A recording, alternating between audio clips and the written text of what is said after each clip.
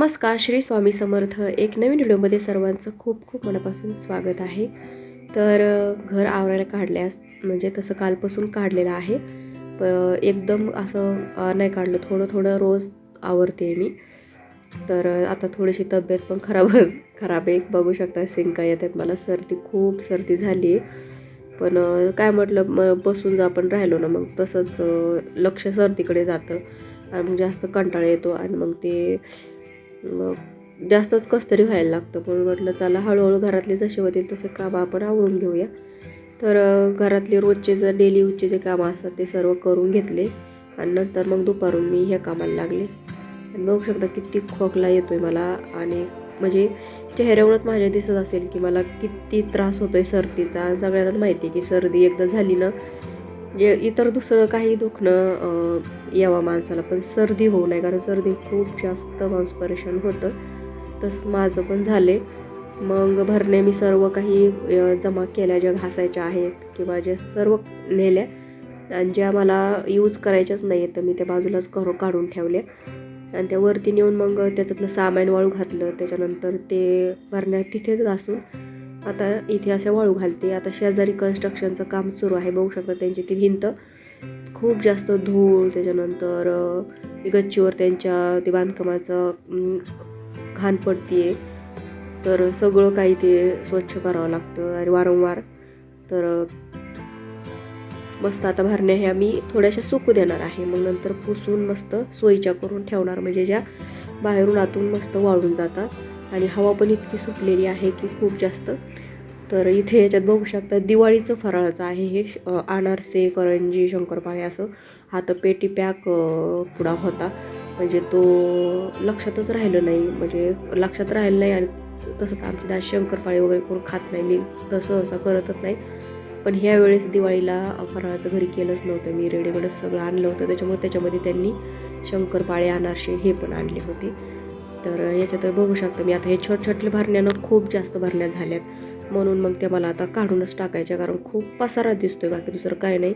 एक तर फर्निचर वगैरे केलेलं नाही आहे, म्हणून तो काय होतं ना की एकदम किचनमध्ये आलं ना की असं पसारा दिसतो, तुम्ही काय असं वाटतं किती पसारा आहे हिच्याकडे. म्हणून मग मी आता ते छोटं भरणे, आता हे काय होतं ना की हे असं लोणचं आणत राहतात वेगवेगळ्या प्रकारचं. तिकडे त्या मसाल्याच्या कंपनीत एजन्सीमध्ये गेले ना तर छोट्या भरण्या मग खूप जास्त येतात आणि त्या भरण्या चांगल्या क्वालिटीच्या असतात, असं नाही की हलक्या, म्हणून त्या टाकून पण द्यावं वाटत नाही. पण आता नको म्हटलं, आता टाकूनच देऊ आपण. तर त्याच मग मी आता इथं बघत होते काय काय ठेवायचं, काय काय काढायचं.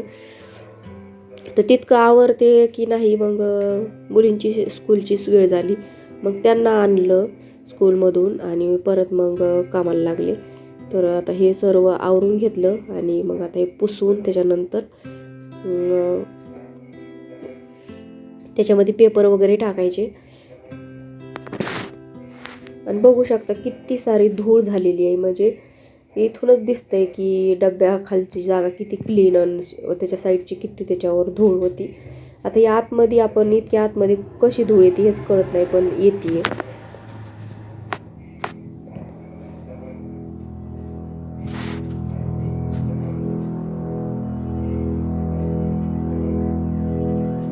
आणि हे जे आहे ना, हे बटाट्याचा खीस करण्यासाठी खिसणी आणली होती नवरात्रातून.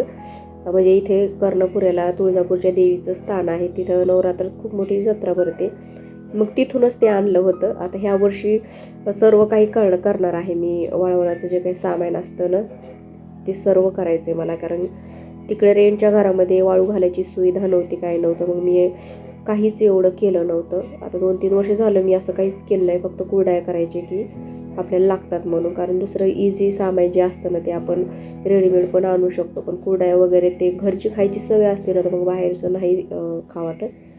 फक्त तेवढ्याच करायचे मी, पण आता ह्या वर्षी सर्व करणार आहे.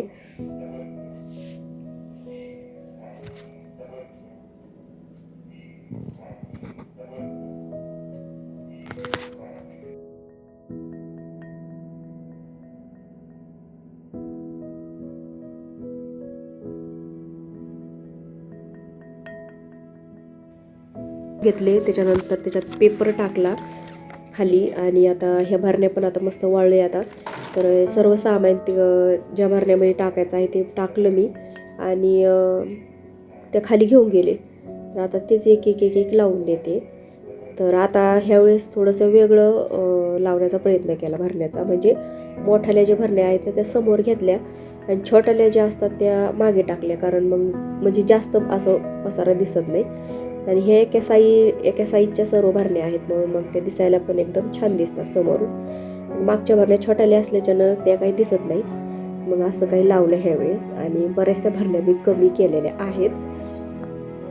ते सर्व आवरून झालं. त्याच्यानंतर हा सोऱ्या आणि ती चिमणी लग्नात आईनं मला दिली होती. आता तसा चिमणी अशी कोणाकडे कमी प्रमाणात दिसते, पण अशा जुनं ते सोनं असं म्हणतात ना, की घरात पण दिसायला खूप छान दिसते. तर बघा पूर्ण कडप्पा आता हा आवरून झालेला आहे आणि असा काय ऑर्गनाईज केलंय. तर हे जे खालचं आहे ना, हे लोणच्याची भरणी आहे. तर ते लोणचं टाकून द्यायचं, भरणी घासायची. बादली तर बाहेरची ती बाहेर ठेवायची. पोळी डब्याचं काय करू काहीच कळत नाहीये, कारण चांगलाच पोळी डबा आहे, पण मी नवीन काढलाय म्हणून आता तो तसा राहिलाय. ही कोठी तर वरती पोटमळ्यात जाईल. ती पाठीमागचं तर रांगोळीचा वगैरे डबा आहे, तो नंतर दुसरीकडे ठेवील, कारण हे खाली पण मला काहीच नको, मी सगळं उचलणार आहे. आणि हा जो रिकामा तुम्हाला दिसतोय, तर इथे तेलाची कॅन, त्याच्यानंतर तेलाचं बुटकुलं, असं काही पोळी डबा असं काही तिथे ठेवणार आहे. कारण तिथे वट्यावर जे सामान आहे ना, तिथे पण फक्त मिक्सर तिथं राहील, बाकी तिथं काहीच सामान राहणार नाही आहे. ते सर्व इथं ठेवणार आहे मी, त्याच्यामुळे ही जागा रिकामी ठेवली. छोट्याल्या भरण्या मागे ठेवल्या, जेणेकरून खूप गर्दा दिसणार नाही. आता इथे एकाच सोयीनं मस्त ह्या भरण्या लावून दिल्या. आता किराणा संपलेला आहे म्हणून रिकामे दिसते ते, त्याच्यामुळे घासलंय मी. आता भरायला सोपा किराणा जातो, म्हणजे आता घासलेलं असले काही प्रॉब्लेम नाही. आणि हे वरती पण मस्त मोकळं दिसतंय. आता हे राहिले फक्त हे वरचे डबे. तर हे याच्यातलं आहे ना, एक टप टिचकाला आहे, म्हणजे त्याला चीर पडली, तो मला चेंज करायचा आहे. आणि याच्यातलं पण सामान जे आहे ना, ते आता काय आहे ते सगळं उद्या बघेल मी. आणि एवढं वरचं आवरायचं आहे पुसून. आता कारण नवीन घर आहे ना, तर जाळे वगैरे असं काही एवढं झालेलं नाही आहे, त्याच्यामुळे घर झटकून घ्यायचं काम पडत नाही आहे. तर एकदम भारी वाटते. आता मस्त आवरून झालंय. तुम्हाला कसं वाटतं ते नक्की सांगा. त्याच्यानंतर बेसिंग आपलं वाटा पण मी स्वच्छ क्लीन केलाय. आणि नवरा माझा काम सफाई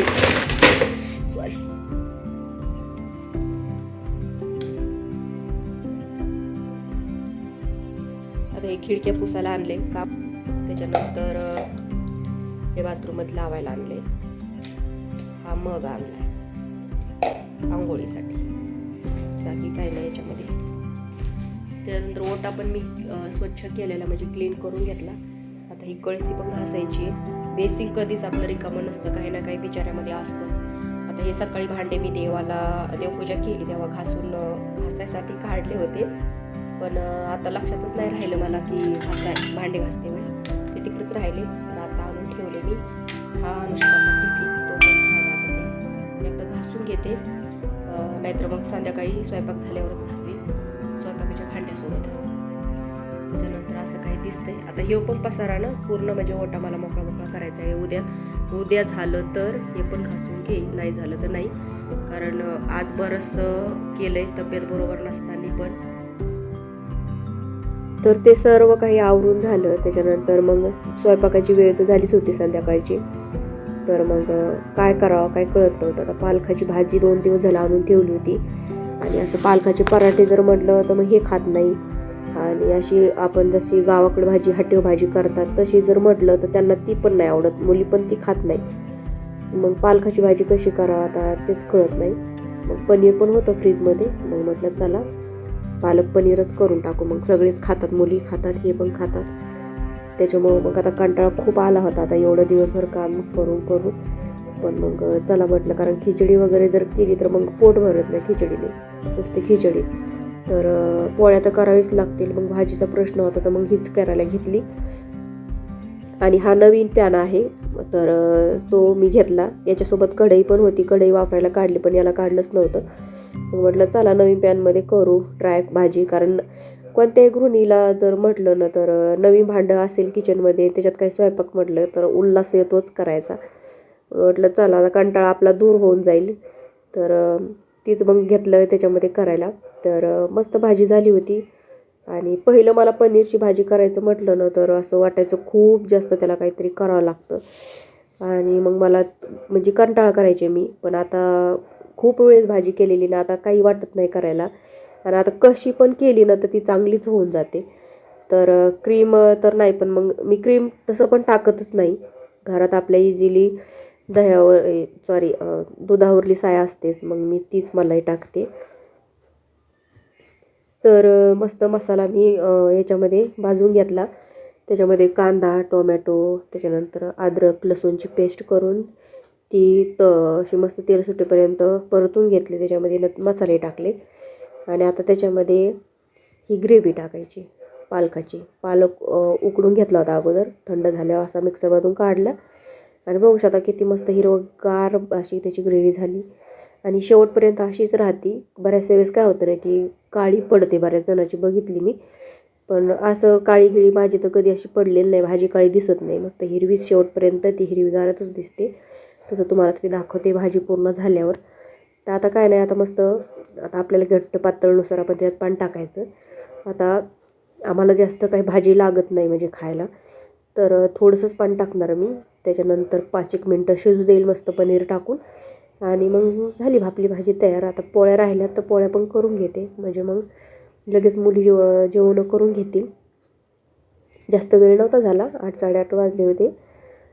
तर अर्धा-पाऊण तासामध्ये मला स्वयंपाक होऊन जेवणं पण आमचे होऊन जातात. तर आता इतकंच पाणी टाकले मी, जास्त म्हणजे पातळ पण नको, कारण खूप मग भाजी होऊन जाते. आता याच्यात थोडंसं 5-10 मिनटं शिजून बघा किती मस्त भाजी तयार झाली आहे. तर तुम्हाला कशी वाटली ते नक्की सांगा आणि खायलासुद्धा टेस्ट तशीच झाली होती, छान. तर चला आता भाजी एन्जॉय करतो आम्ही मस्त. तुम्हाला हा आजचा व्हिडिओ कसा वाटला तो नक्की सांगा. व्हिडिओ आवडल्यास व्हिडिओ लाईक करा, शेअर करा, चॅनलला सबस्क्राईब करायला विसरू नका. असंच भेटू एक छानशा व्हिडिओमध्ये. तोपर्यंत सर्वांना श्री स्वामी समर्थ.